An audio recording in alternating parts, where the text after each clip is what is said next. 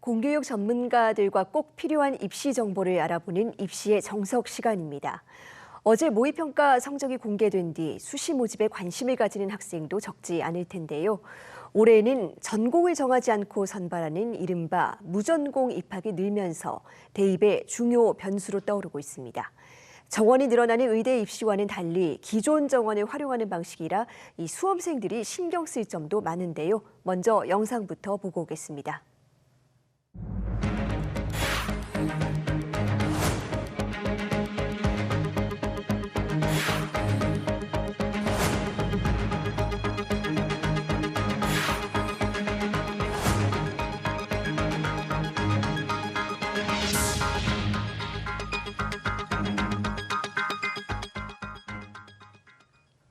네, 무전공 선발 확대에 수험생들이 유의해야 될 점, 이 서울 청원여고 박문수 선생님과 자세히 짚어보겠습니다. 선생님 어서 오세요. 네, 안녕하세요.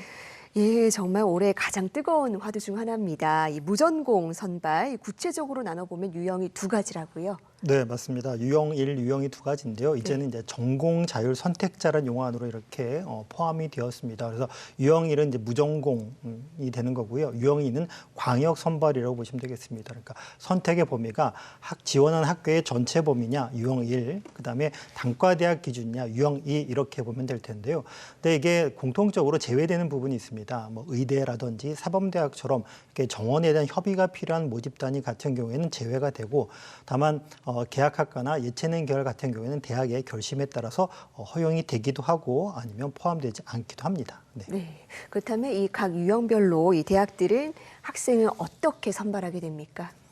네, 우선 큰 틀로 본다면 뭐 유형 1, 유형 2, 그다음에 시기로 본다면 정시, 수시, 그리고 전형별로 보면 교과, 종합, 논술 여러 가지 있겠지만요. 그것들 이제 하나씩 이제 나눠서 이제 이해를 좀 하시면 좋을 것 같습니다.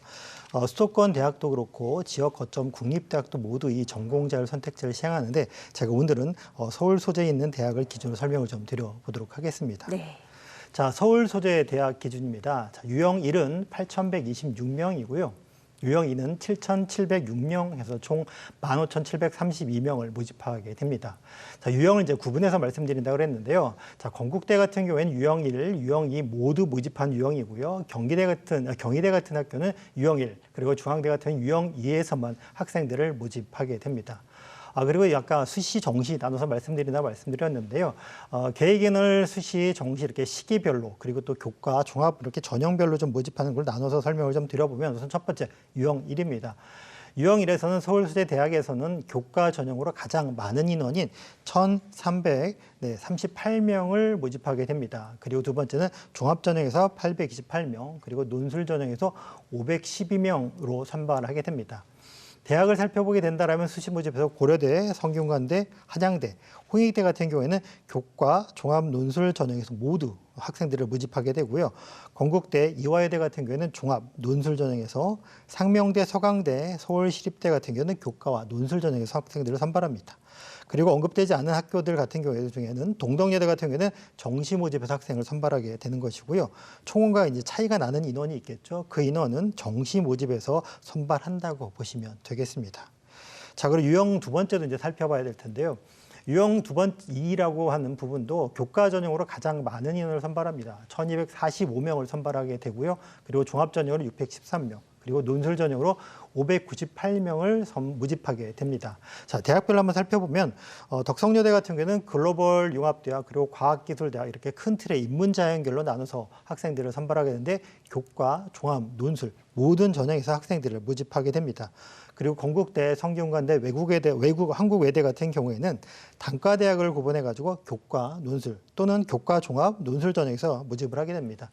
그리고 마지막으로 동덕여대, 서울여대, 세종대, 이화여대 같은 경우에는 정시 모집에서 학생들을 모집할 계획을 가지고 있습니다. 네, 여러 가지 전형으로 뽑기는 하지만 아무래도 이 정량평가 비중이 높은 학생부 네, 교과 전형의 비율이 높은 것 같습니다. 지금 이 큰 틀에서 선발 규모를 말씀해 주셨는데 혹시 특별히 주목할 만한 대학도 있을까요?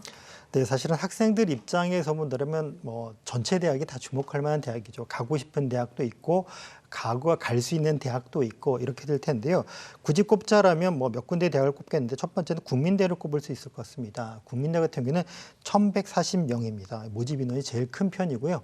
두 번째는 세종대학입니다. 세종대 같은 경우는 유형1에서 전체 223명을 모두 교과 전형, 하나의 전형으로 선발한다는 특징이 있습니다. 그리고 세 번째는 서경대 같은 경우인데요. 서경대는 작년 시행계획을 발표했을 때는 논술을 시행하지 않는다라고 얘기했습니다. 그런데 전공자율 선택자가 들어오면서 구조조정을 통해서 다시 논술을 시행하겠다라는 그런 부분도 특이사항으로 볼 수 있겠습니다. 지금 제가 세 개의 대학만 예로 말씀을 드렸는데 실제로는 대학들이 참 다양한 모습을 가지고 있습니다. 그래서 학생들은 지원하기 전에 많이 꼼꼼하게 좀 살펴볼 필요가 있다라고 보시면 되겠습니다. 네, 뭐 거의 모든 학생이 전공 구분 없이 선발하는 대학도 있으니까 당장 올해 입시 준비하는 학생들에게는 큰 변화로 다가올 텐데 이 지원할 때 어떤 점을 주의하면 좋겠습니까? 네, 지원할 땐 사실은 많은 걸 좀 따져보면 좋겠죠. 그래야 뭐 조금 더 확신을 가지고 지원하겠지만 오늘은 제가 네 가지 정도만 한번 정리해서 좀 말씀을 좀 드려볼 생각입니다. 우선 첫 번째는 인원 변화에 대한 부분입니다. 전공 자율 선택제 같은 경우는 우선은 원래 있던 것을 가감한 학교도 있지만 신설해서 운영한 학교들도 있습니다. 그리고 유형 1이나 유형 2 같은 경우를 우리는 시행하지 않겠습니다 하는 대학도 있기 때문에 이런 부분을 좀 참고할 필요가 있겠습니다. 자, 왜냐하면 전공 자율 선택제는 아까 말씀하셨던 것처럼 순증이 아니라 각 학과에 대한 모집인을 좀 조정해서 하는 거기 때문에 인원이 늘어났다. 그럼 다른 쪽이 줄어들었다는 얘기가 되겠죠. 그래서 인원 변화에 대한 주목이 좀 필요하겠습니다. 자, 그래서 우선 유형 1부터 한번 살펴볼 텐데요. 국민대, 건국대 같은 유형은 신설입니다. 그리고 명지대, 경희대는 기존 시행 모집단에서 가감한 유형이고요. 연세대, 중앙대 같은 경우에는 유형 1에서 전공자율 선택제를 시행하지 않고 있습니다. 자, 유형 2도 한번 살펴보도록 하겠습니다. 유형 2 같은 경우는 한성대, 세종대, 명지대 등의 인원을 가감한 유형이고요. 건국대, 경기대는 신설이었습니다. 그리고 광운대, 덕성여대는 유형 2에서는 변동이 없다라고 보시면 되겠습니다. 자, 이렇게 아까도 말씀드렸던 것처럼 이렇게 시행 유무를 판단하는 것은 입결 변화에 영향을 크게 주는 요소입니다. 가장 큰 영향을 주는 것이 이제 인원의 변동이거든요. 그래서 인원이 늘어나면 늘어난 만큼 조금 더 유연하게 쓸 수 있지만 인원이 줄어들면 줄어든 만큼 조금 더 보수적으로 쓸 필요가 있기 때문이라고 보시면 되겠습니다. 자, 두 번째는 순증이 아니라 구조조정을 했다라고 말씀을 드렸는데요. 구조조정을 하게 되면 이제 학과마다 통폐합이 이루어질 수밖에 없습니다. 근데 학생 입장에 보면 내가 준비했던 학과인데 갑자기 학과가 사라지거나 통합될 수도 있거든요. 특히 종합전형 조심할 필요가 있는데 예를 들면 건국대학교 같은 경우에는 화장품공학과가 40명, 그다음에 생물공학과 30명을 모집할 예정이었습니다. 그런데 통합이 되면서 생물공학과 42명이 되었습니다. 그렇다면 화장품공학과를 갈 학생들 같은 경우는 조금 더 유연하게 조금 전략을 짤 필요가 있다라고 보시면 되겠고요. 앞서 교과전형에서 세종대에 대한 예를 들었었는데 왜 세종대냐?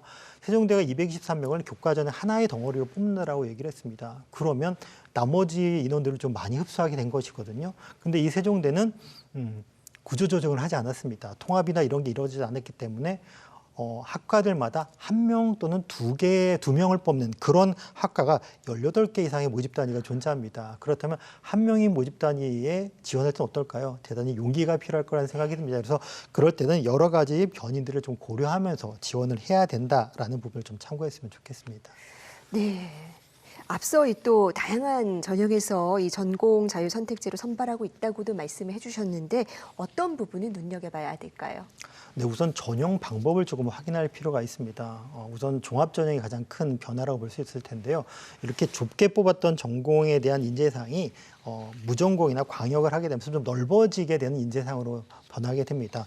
예를 든다면 건국대 같은 경우에는 인재상에서 기존에는 집중된 기존 인재다라고 보시면 되겠지만 바뀐 전공 자율선택제에서는 다양한 분야에 관심을 가지고 활동해서 역량을 기른 인재가 우리는 필요하다라고 지금 대학은 얘기하고 있습니다.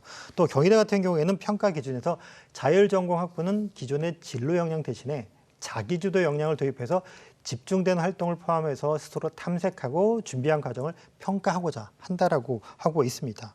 특히나 조금 더 다양한 모습인 전형이 이제 논술 전형인데요. 논술 전형은 사실은 경계가 없다고 생각하면 되게 자유롭게 좀 선발할 것 같은데 실제로 본다라면 조금 다양한 모습이 존재합니다. 건국대 같은 경우에는 인문수리 논술을 시행하게 되고요. 경희대는 사회 논술만 시행하게 됩니다. 그리고 서울예대는 인문사회 논술이고요. 한양대는 수리 논술 또는 상경계열 논술 중에 선택해서 시행하게 됩니다. 지금 말씀드렸던 것처럼 학교마다 좀 다양한 모습이기 때문에 준비에 관한 지원할 때 꼭 고려할 요소라고 볼 수 있겠습니다. 네, 마지막 질문 드려보겠습니다. 사실 그동안에는요, 입시가 이 전공 적합성을 강조하는 것이 또 추세였습니다. 그래서 학생들이 뭐 굉장히 일찍이 이제 좀 입시를 준비하는 경향이 있었는데, 무전공도 이제 진로는 대학 가서 정해봐라라는 것이어서 방향이 완전히 바뀌었습니다. 이 혼란스럽다는 수험생들 반응도 있는데 조언해 주실 부분이 있을까요?